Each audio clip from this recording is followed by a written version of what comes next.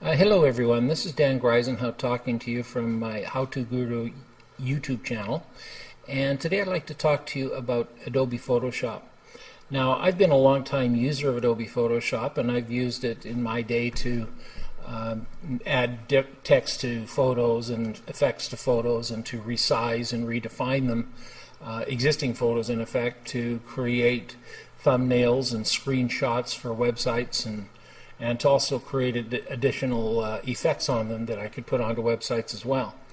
But recently I ran across a company called Control Plus Paint, who has put a number of videos out on YouTube in the area of digital creative artwork, working with Adobe Photoshop. Now, I've liked this work so much that I've decided to put a playlist together on my How To Guru site and show his work off.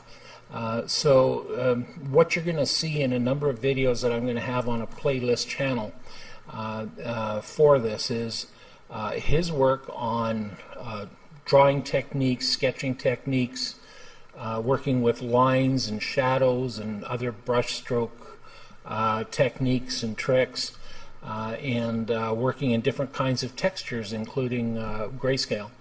So without spending more time on it, please take a look at his videos attached, and I hope you enjoy them just as I did. Bye for now. Hey guys, this is Matt Core from ControlPaint.com, and today we're going to be talking all about controlled brushwork. Because I look at a lot of beginners' artwork and I see the same mistake done over and over. And that is, they're looking for sort of a smooth, rendered look, but instead they end up with a bunch of overlapping, visible brush marks. So today's exercise is designed to practice having smooth rendering and avoid that kind of an effect. But as a quick reminder, if you look below the post, you'll find links for free brushes and worksheets, as well as in-depth premium series available in the Control Paint store. So your assignment is to copy my rendering samples. And I've attached two sheets of these, one that's black and white and one that's in color. So I'll show you what I mean by doing a few of them, and then it's up to you to do the rest on your own. Looking at this first one in the upper left-hand corner, you can tell a couple things about it. First, you can see that it's got hard edges. There's also a bit of a gradation from the bottom left to the upper right. It starts very white and it ends up being a bit grayer. So there's a bit of a fade. So that means there's going to be two things: smooth rendering on the inside and hard edges on the outside. Well, that's a perfect candidate for what I call temp layers. So I'll use maybe even a soft brush, and I'll paint by selecting this white color and start with the intense white, and then it fades out a bit over the edge. So that is the smooth fade. Well, now I want the hard edge. And you could do this with a mask if you wanted. I'm just using the eraser tool, but however you want to do it's fine. And now I'm working on cleaning up that edge, trying to reproduce the shape that I see in my example.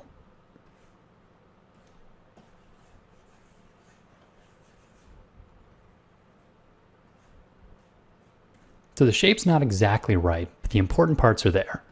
It's got the correct smooth fade, there's no visible brush marks, and it's got a very sharp edge.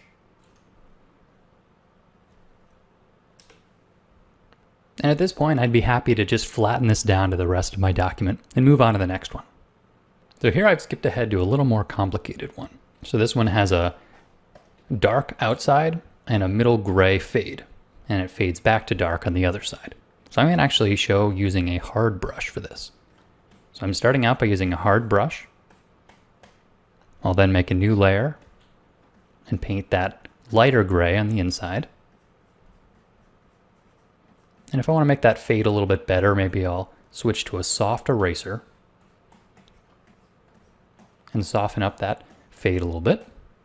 And I'll flatten those two together, and now worry about that hard shape for the outside.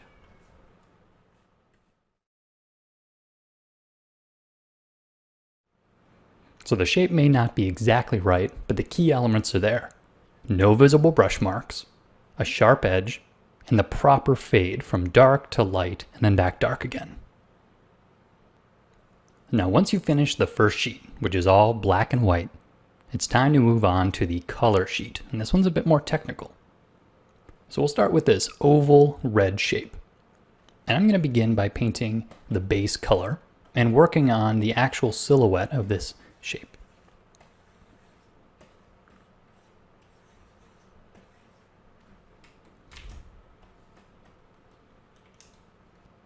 Now I'm going to turn this layer into a clipping mask. And this is a subject I talk about plenty in the video that I'll link at the bottom of the post. So now I'm going to paint with the pink highlight color. And you notice that it's got a fade, but then it ends in a sort of a pinch. So it's got a sharp quality right here,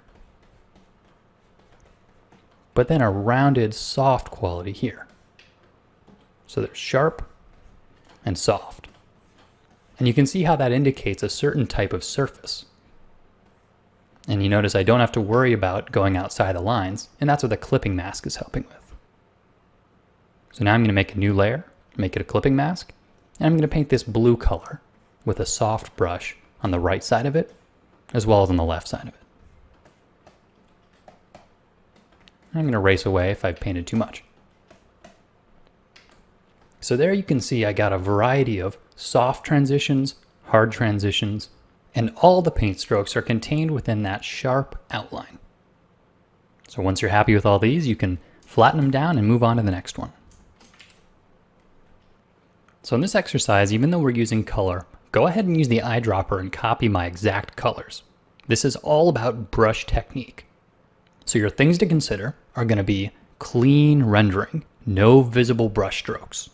The second thing you're going to consider is going to be your edges. Is it a hard edge or is it a soft edge? That transition between the two areas of color is incredibly important. So even though this may seem boring or straightforward, by the end of these 18 drawings, you will have learned a lot about your brush control, and it'll be something that you can apply to any paintings you want. So good luck and have fun. Thanks for coming to Control Paint, guys. Thank you for watching this video. I'd like to invite you to subscribe to our channel to get all the videos in this series. You can do that by clicking on the subscribe button just to the right.